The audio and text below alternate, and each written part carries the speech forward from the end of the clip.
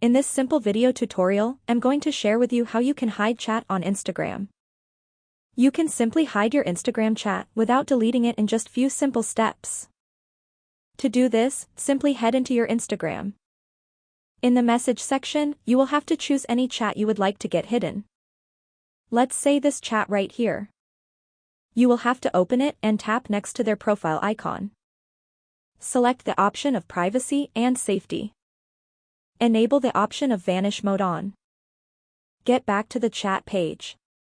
Swipe up to vanish mode. All messages will disappear but won't be deleted.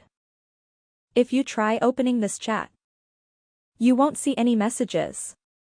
To turn off vanish mode, you will just swipe up and all messages will appear back in the chat. Whenever they send you a message in vanish mode, it will disappear when you close the chat. That's how easy it is to hide Instagram messages without deleting them. If you have any questions, just let me know in the comments section down below. Please don't forget to leave a like, share and subscribe for more video tutorials like this one.